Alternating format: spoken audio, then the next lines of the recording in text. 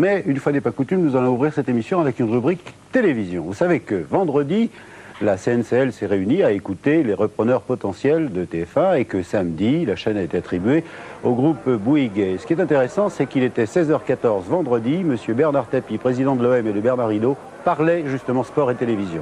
Écoutez, Bernard Tapie, il définit la politique du sport. C'est forcément un élément passionnel, mais qui ne doit pas nous faire éviter de rester un peu raisonnable. Et c'est vrai que les chiffres qu'on entend aujourd'hui sont de nature à nous donner un peu le vertige.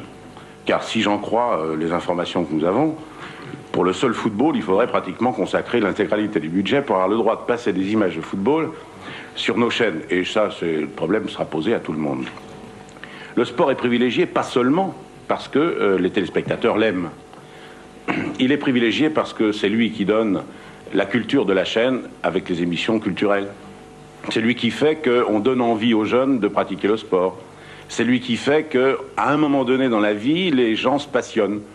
C'est rare que les Français se passionnent autant que pour la retransmission d'un tournoi des 5 Nations ou d'un match de football de Coupe du Monde. Donc quand de temps en temps on peut réveiller chez eux un peu d'enthousiasme, eh bien ça fait du bien, je dirais, à tout le reste des programmes. Alors pour nous, le sport en général, la une, c'est des sports forcément événementiels importants.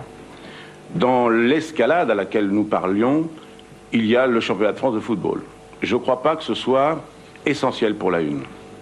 La une, par contre, ça doit être l'équipe de France de football. Ça doit être la Coupe du Monde de football. Ça doit être la Coupe d'Europe de football.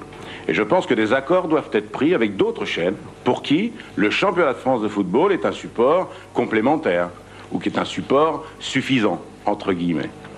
Donc je crois que la gestion du sport sur l'antenne dépend de la stratégie globale qui repose chez nous sur la nécessité d'être présent parce que leader sur les grands événements, mais aussi la nécessité du devoir d'amener les jeunes vers le sport et de les amener vers une hygiène de vie.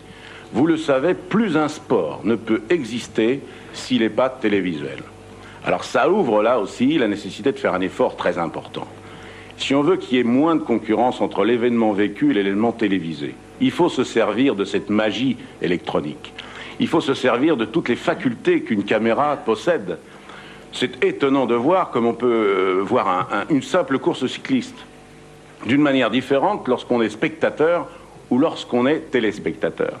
S'il s'agit de faire de la télévision un instrument de témoignage de ce que le spectateur voit, forcément, lorsqu'il est derrière sa télévision, il n'est pas sur l'événement. Donc il y a concurrence.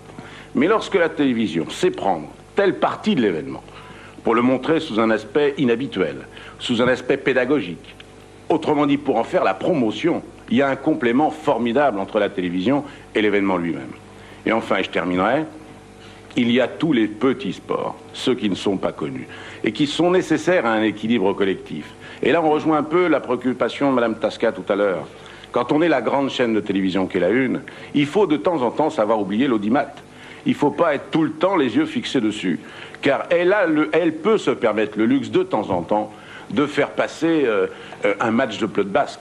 Elle peut de temps en temps se payer le luxe de passer une compétition d'aviron. Car si les amateurs, qui forment l'essentiel de notre noyau sportif, sont délaissés au profit des sports professionnels, il n'y aura plus de sport professionnel. Et lorsqu'on sait l'importance de l'image d'une nation sur l'extérieur, vous voyez les résultats de la Coupe de l'Amérique et les retombées économiques sur l'Australie, on ne peut plus éviter de considérer le sport comme un vecteur essentiel du développement économique d'une nation. Donc TF1, c'est la promotion des sports, un peu, il faut bien le dire, délaissés par, je dirais, la plupart. Ce qui m'intéresse à la télévision, c'est un peu de distraction. Éventuellement, c'est du sport. Éventuellement, ce sont des magazines ou encore des grands moments de l'actualité.